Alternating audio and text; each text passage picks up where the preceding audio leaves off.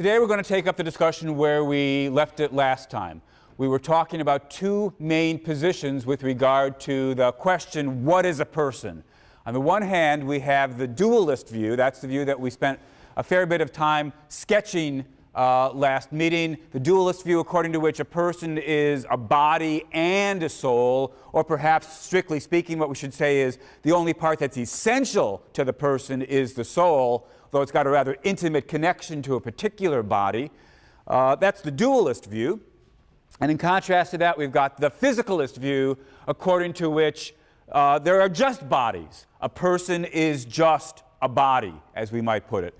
Now, the crucial point here, the point I was turning to as we ended last time, is that although a person on the physicalist view is just a body, a person isn't just any old body.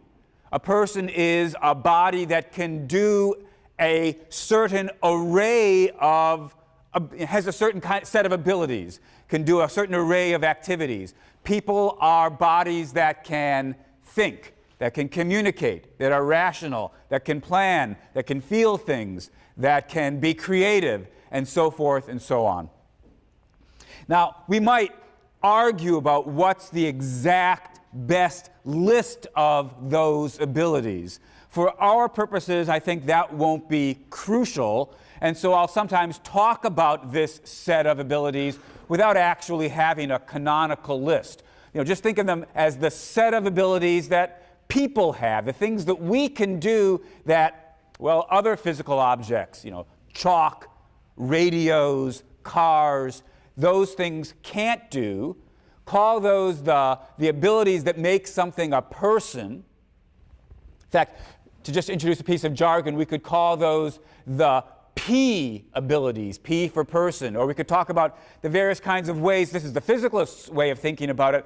According to the physicalist, a person is just a body that has the ability to fulfill the various P functions.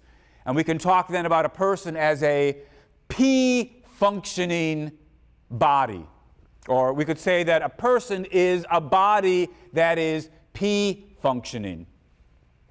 It's important to see that the idea is, although it's a body, it's not just any old body, and indeed it's not just any old human body. After all, if you rip out your gun, shoot me in the heart, I bleed to death. Well, we still have a human body in front of us, but we don't have a P-functioning body. We don't have a body that's able to think, a body that's able to plan, to communicate, to be creative, to have goals.